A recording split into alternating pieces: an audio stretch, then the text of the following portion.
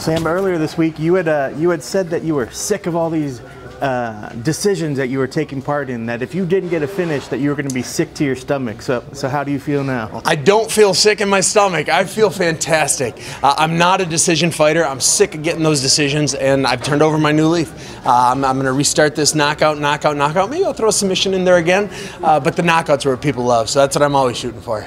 Well, it looked like the hands were really on point. You were kind of taking your time looking for that counter strike. I mean, what was the big the secret, I guess, that maybe you were lacking in some of these past fights? A full camp.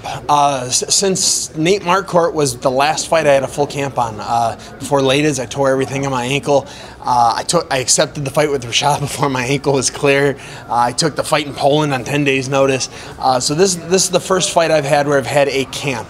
My team was with me, my training partners were with me, and everything was just, it was a money fight for me.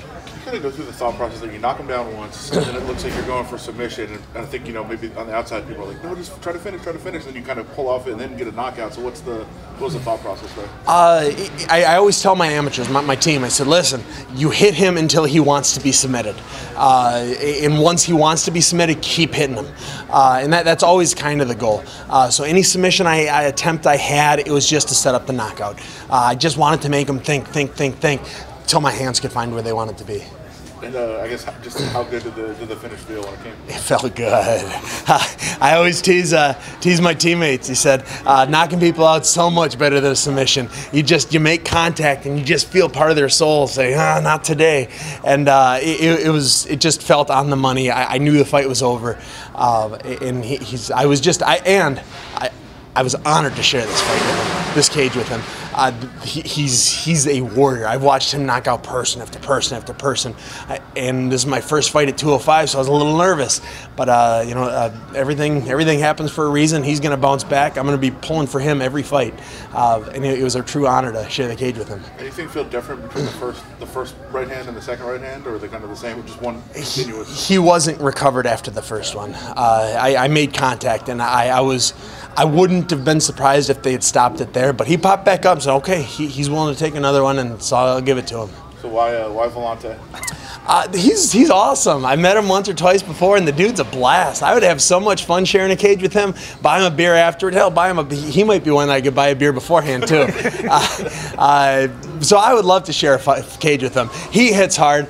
I know I hit harder, and it'd be a fun time to see who hits the hardest. What is with that mentality of, like, most people think when you call somebody out, you just want to fight them, you're going to hit them. Like, what is the mentality of, like, yeah, I really like that guy, let's go fight, it'll be fun. Win or lose, I'm going to make some money. Win or lose, he's going to make some money. Why would I want my enemy? Why would I want to help the guys I don't like make some money? I want to help my friends. I want my friends to share in the glory with me. Win or lose, we just did something that people on this planet don't get to do very often, and I would be honored to share a spotlight with him. Did you think it was over after that first knockdown? Because it looked like you hesitated for a second, like maybe the ref was going to step in. I would have accepted if it was over. I'm always willing. I didn't want to jump on him. Like I said, with my team, it's that you slump them, don't smother them. I've got too many guys that they'll knock, and then they'll grab onto them. Don't do that. Wait till see what that happens. I knew I connected. I knew he wasn't going to be okay when he stood back up, and he wasn't. I landed that second one, and then that was a good stoppage. Did you have a problem with your mouthpiece tonight? Like they were telling me this is like a very indicative of your fight. Yeah. I've seen your fights before. Maybe I didn't notice it before. I might be the only guy in MMA. I have a double-sided mouth guard. It's a very big mouth guard. I'm very comfortable with it, but I've been using this one for a minute, and I meant to get a new one. I just didn't.